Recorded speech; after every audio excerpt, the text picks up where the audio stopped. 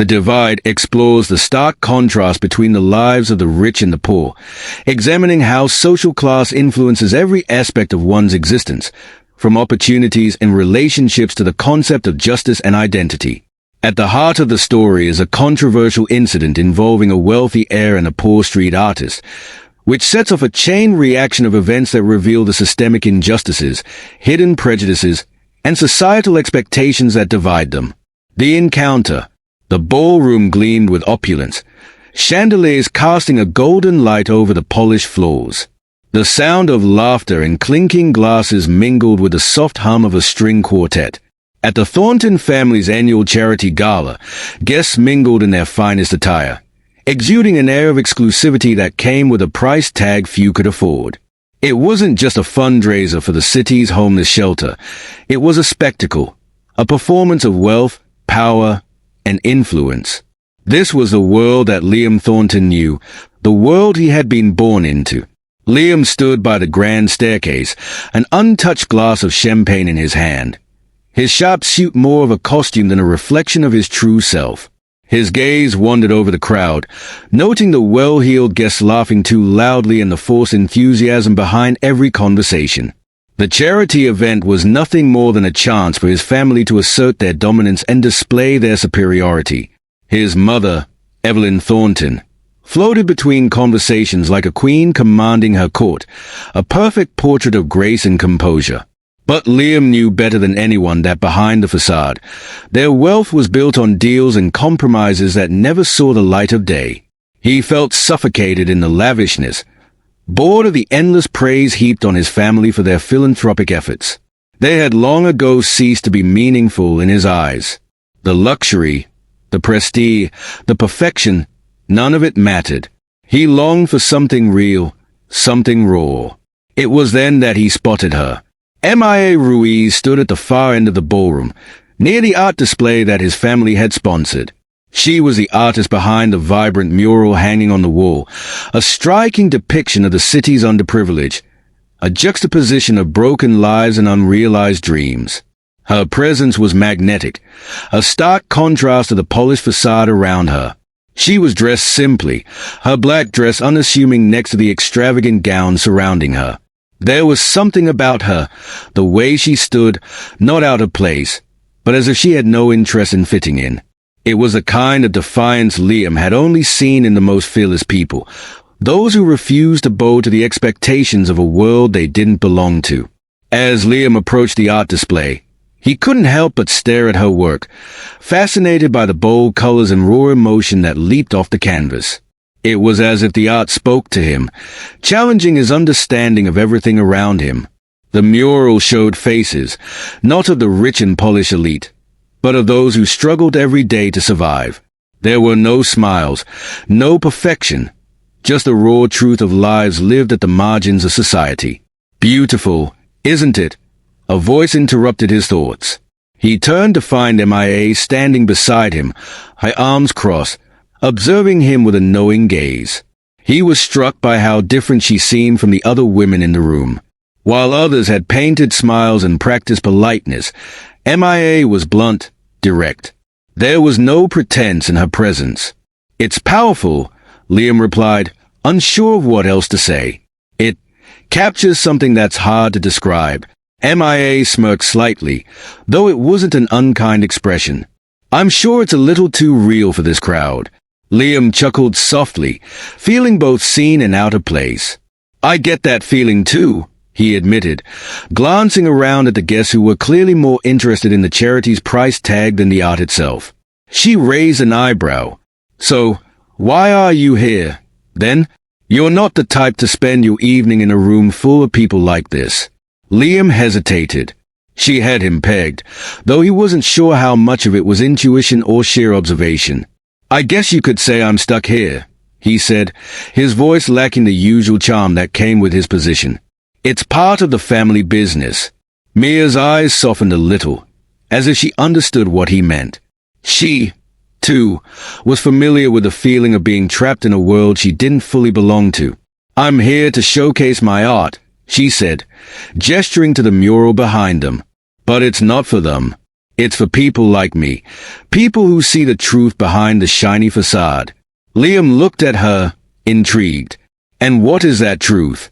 The truth is, she said, her voice quiet but steady, that no matter how much you give away, the system is still rigged. The rich will always hold the power, and the poor will always be left to fend for themselves. Liam wasn't sure how to respond.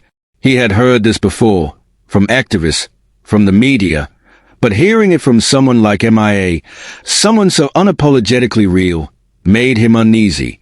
He took a long sip from his glass, the bubbles stinging his throat, but the discomfort in his chest was much more acute. Before he could say anything more, the orchestra played a soft note, and Mia turned her attention back to the guests milling about. Liam watched her for a moment, captivated by her presence. There was an intensity in her that he couldn't ignore, a fire he wanted to understand. Later in the evening, Liam found himself walking alone outside on the grand balcony of the Thornton estate. The cool air was a welcome reprieve from the suffocating heat of the ballroom, and he leaned against the iron railing, staring out at the sprawling city below. For the first time that evening, he felt a sense of clarity. It wasn't the view, the wealth, or even the charity that had brought him here. It was something more elusive, something he couldn't quite name. Mia, he said quietly, more to himself than to anyone else. But before he could finish his thought, he heard footsteps behind him. Turning around, he saw her approaching, her eyes scanning the cityscape just as he had been moments before.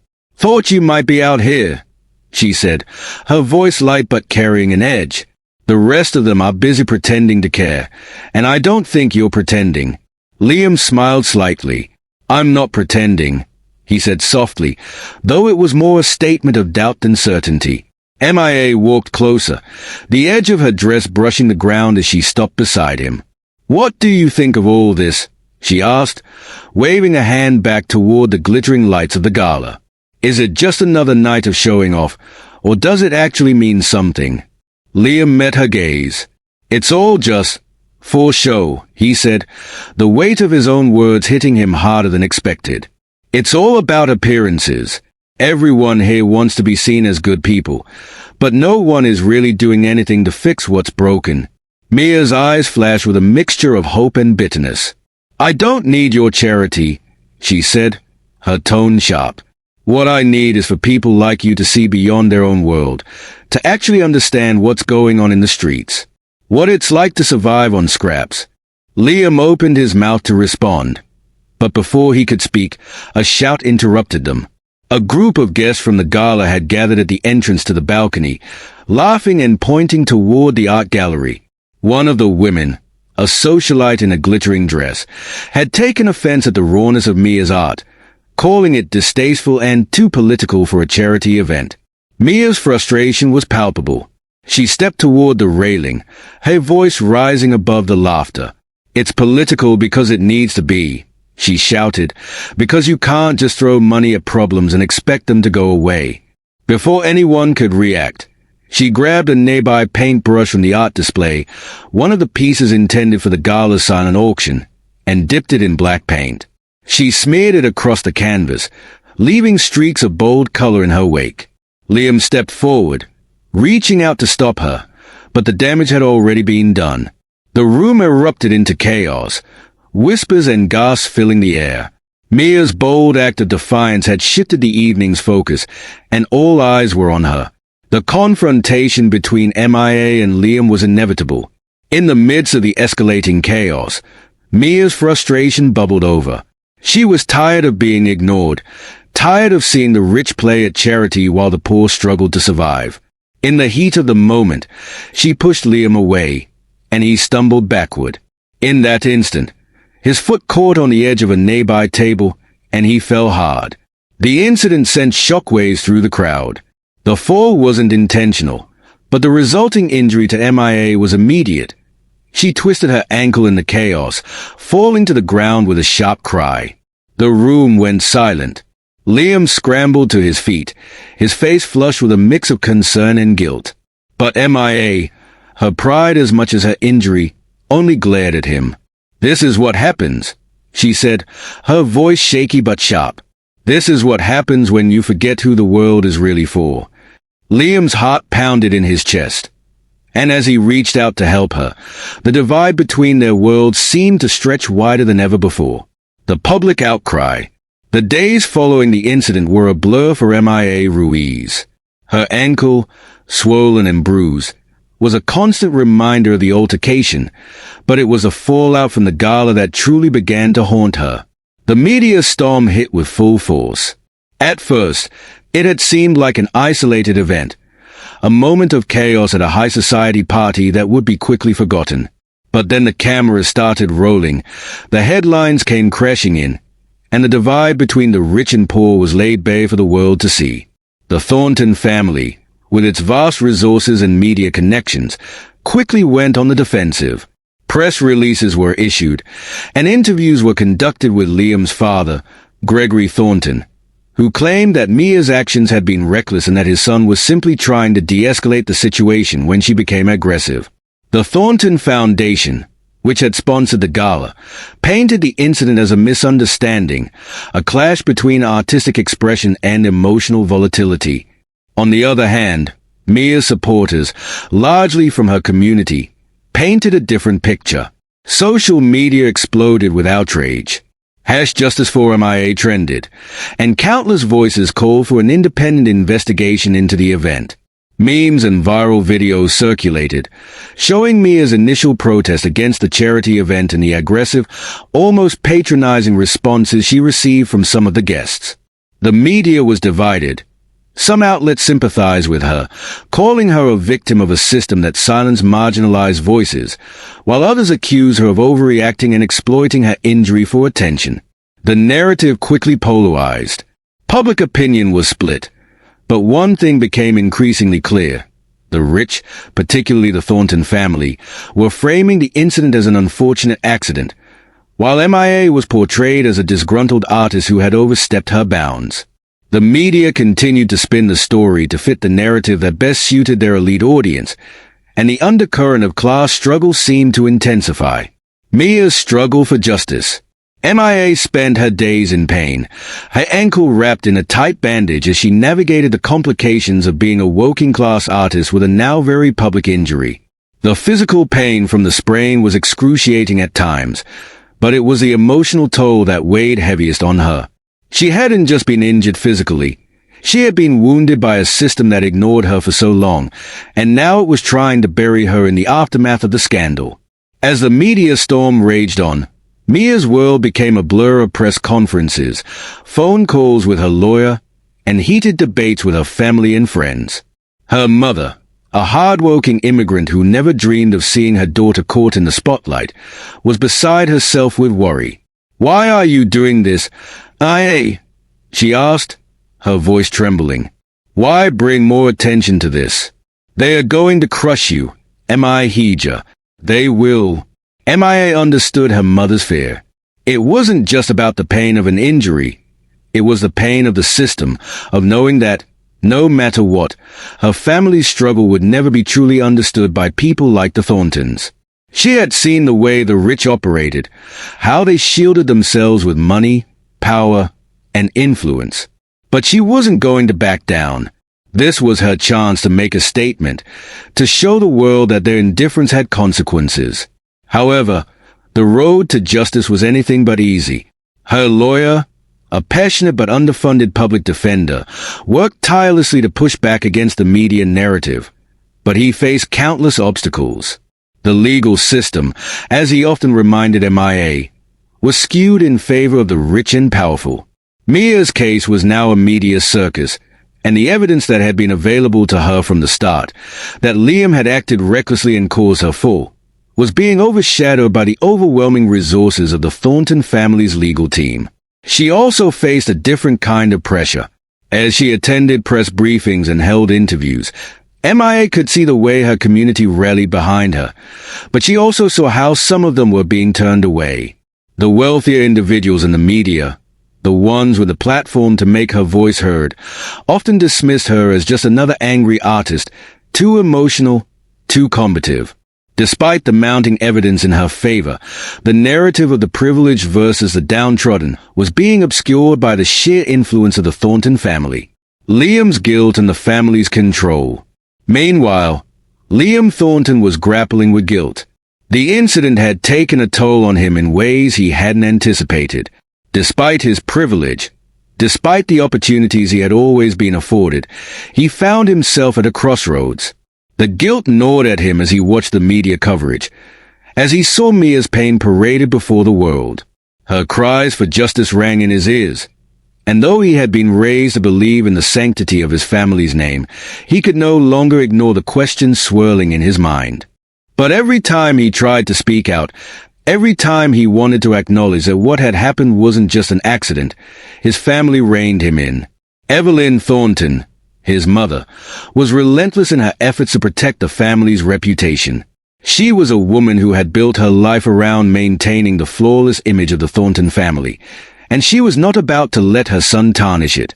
"Liam, you need to distance yourself from this," she had told him coldly, her voice sharp with the authority she had carried through their entire lives.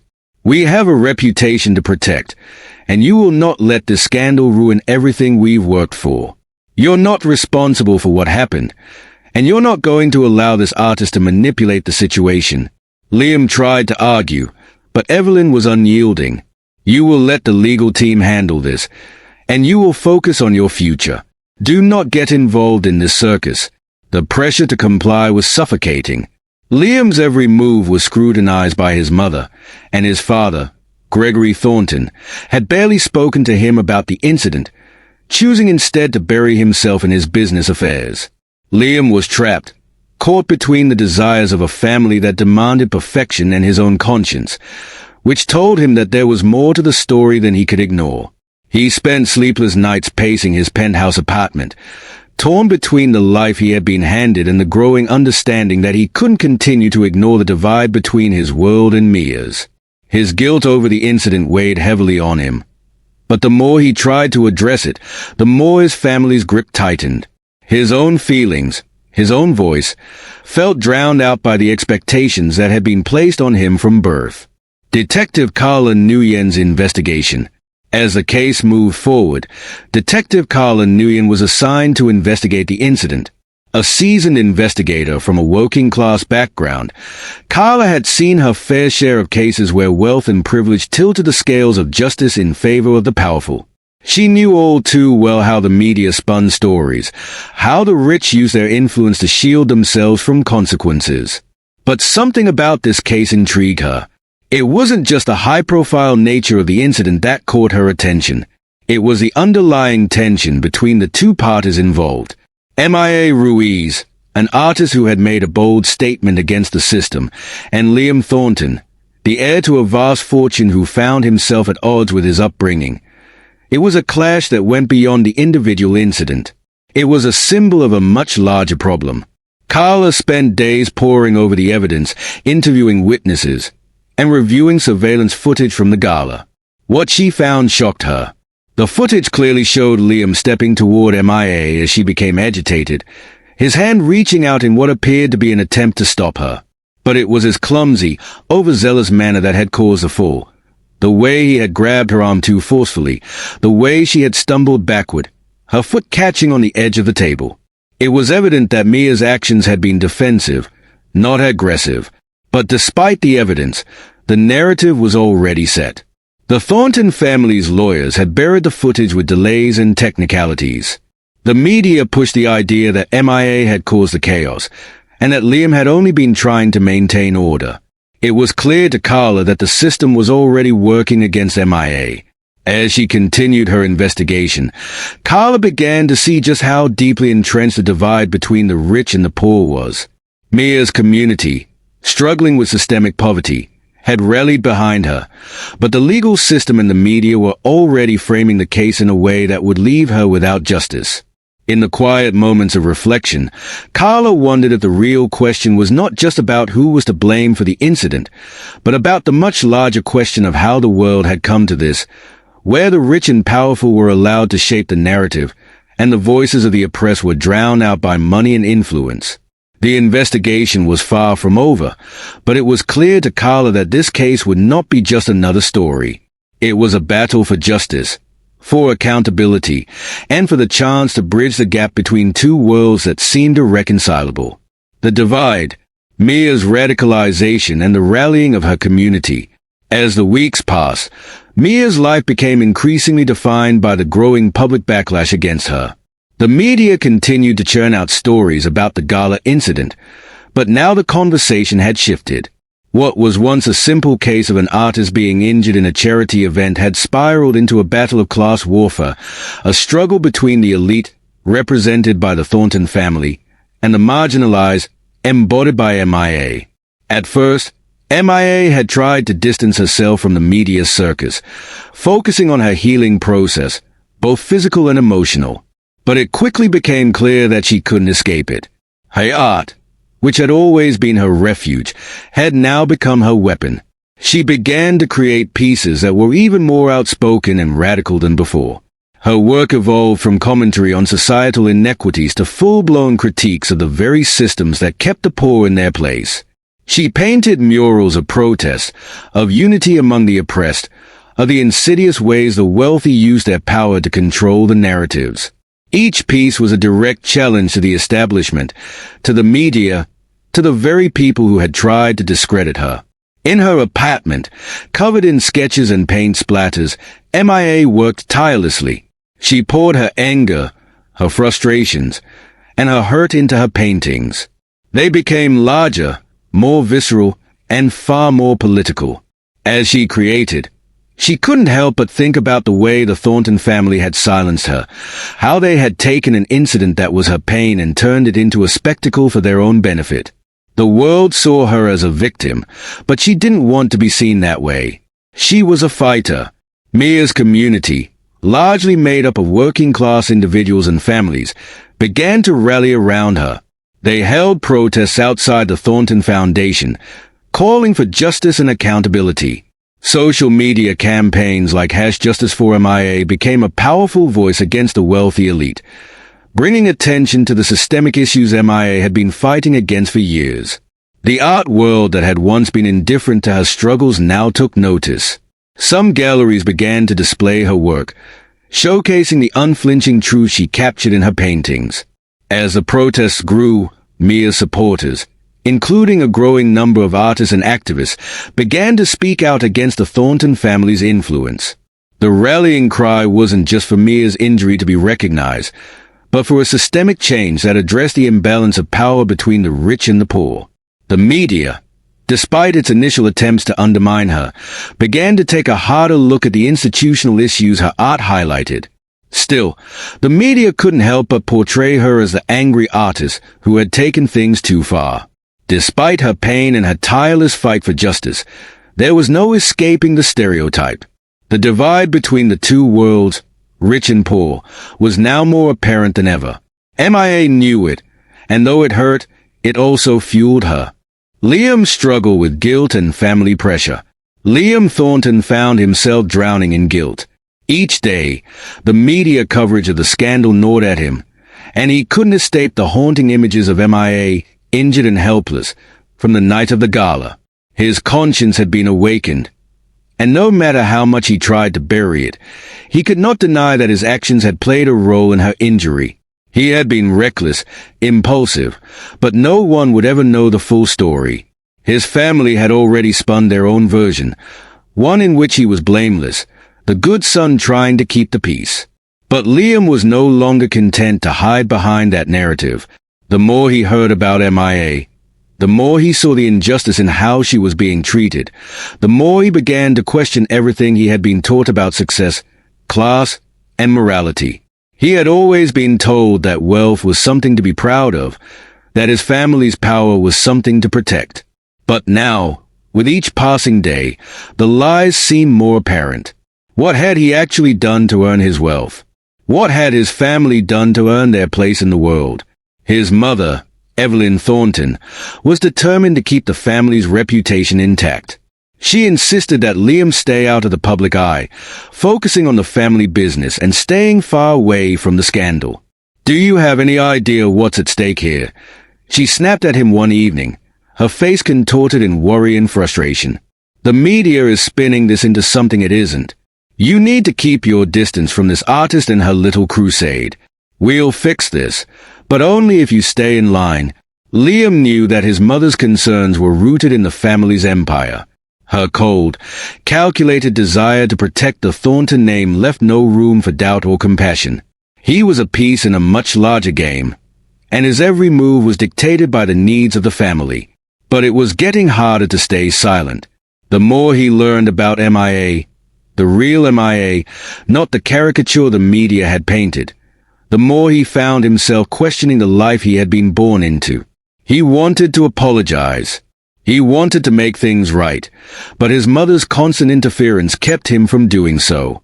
It wasn't until he found an old friend from college, a man named Jack, who had recently become involved in the activist movement, that Liam felt compelled to act. Jack had grown disillusioned with the life they had been given and now worked as a public defender, fighting for the marginalized. Liam sought him out, desperate for someone who could help him understand the growing conflict between his guilt and his family's control. "You can't keep living in a bubble, Liam," Jack told him one evening, over a cup of coffee in a quiet cafe. "You know the truth. You know what's right. You just have to decide if you're going to stand by it or let them push you around." Liam's gaze dropped to his hands, his fingers trembling. "I don't know if I can," he confessed. "My family is everything. I've been taught to keep my head down, play by the rules, and protect what we built. But I know it's wrong. I know MIA didn't deserve what happened to her." Jack gave him a sympathetic look. "Then it's time to make a choice. You can't fix the system by staying on the sidelines." The trial and the courtroom drama. As the court date loomed, tensions were at an all-time high. Mia's lawyer, Rafael Hernandez, was a young activist and attorney with a reputation for challenging the status quo. He had come from a background similar to Mia's, growing up in a poor neighborhood and witnessing the abuses of the powerful firsthand. He understood the stakes of this case better than anyone. To him, it wasn't just about one artist and one fall at a gala. It was about holding the wealthy accountable, about pushing back against a system that had always favored the powerful.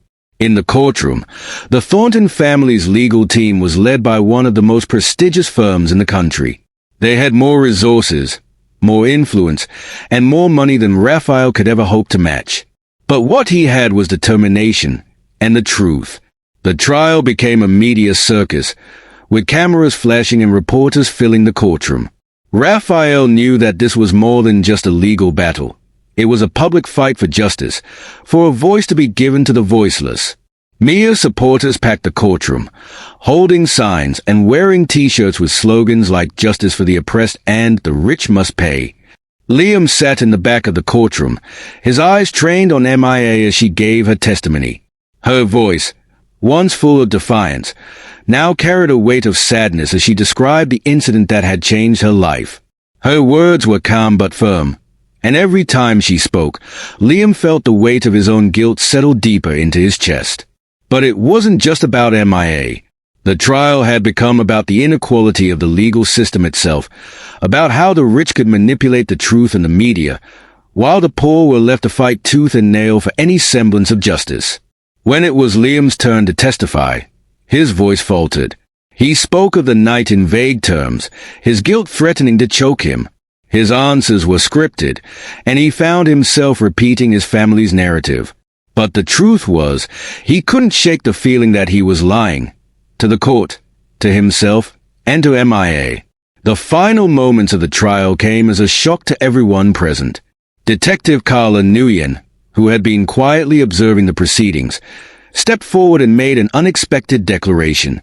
She revealed that, through her investigation, she had discovered evidence that the Thornton family's legal team had tampered with key pieces of evidence, including video footage from the night of the gala. The footage, which had shown Liam's direct involvement in the incident, had been altered to remove any hint of his culpability. The courtroom erupted in chaos as the truth came to light. The Thornton family's carefully crafted narrative began to crumble. But even then, the resolution was far from perfect. While the court ruled in Mia's favor, awarding her compensation for her injuries, the system still remained heavily tilted in favor of the rich. The victory, though symbolic, was bittersweet. The aftermath and lasting consequences. In the weeks following the trial, life for both Mia and Liam continued to evolve. Mia returned to her community, her art now more respected and more radical than ever. She became a symbol of resistance, but the scars from the fight remained. The victory in court did not undo the trauma, the emotional toll, or the systemic issues she had faced. Liam, on the other hand, found himself at a crossroads. The trial had shattered the illusion of the life he had been living. His family remained powerful, but he no longer felt that they held the moral high ground. He tried to rebuild his life, but he knew that things would never be the same. He and Mia never spoke again, but their paths had been irrevocably changed by their shared encounter. In the end, the case was a microcosm of the larger social divide that had defined their lives. Mia had won, but the system had not changed. The divide between the rich and the poor remained as wide as ever, and both Mia and Liam were left to confront the consequences of their actions in a world that would continue to turn, indifferent to the struggles of those caught in its wake.